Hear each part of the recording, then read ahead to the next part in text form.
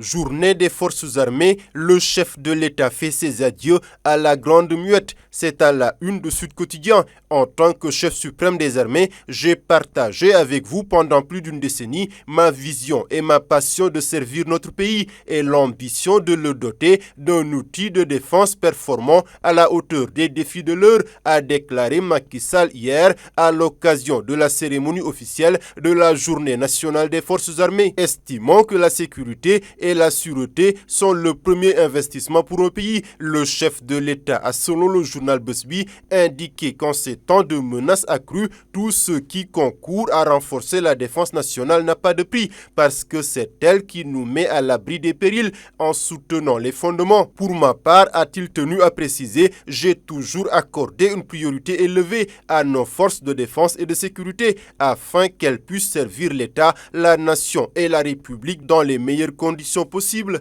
Dans Vox Populi, Macky Sall se réjouit d'avoir augmenté le budget de la défense de 250% entre 2012 et 2023 avant de lancer à l'endroit des hommes de tenue. L'année prochaine, s'il plaît à Dieu, mon successeur sera là devant vous, assurant la continuité de l'État en chef suprême des armées. En vertu de la Constitution, il vous commandera et vous lui obéirez. Ainsi, vous resterez fidèle à la tradition démocratique et républicaine de notre pays. Journée des forces armées, Macky, des faits d'armes et des adieux, titre Rewmi Quotidien. La mer continue à tuer les candidats à l'immigration. Le journal Le Quotidien d'informer que lundi, vers 18h, une pirogue qui a quitté les côtes de Bargny a atterri au niveau de la plage de Gadaye. Avec plus de 300 jeunes à bord, une centaine a réussi à prendre la fuite. Le reste a été interpellé. Malheureusement, note mon confrère Abdou Latif Mansari,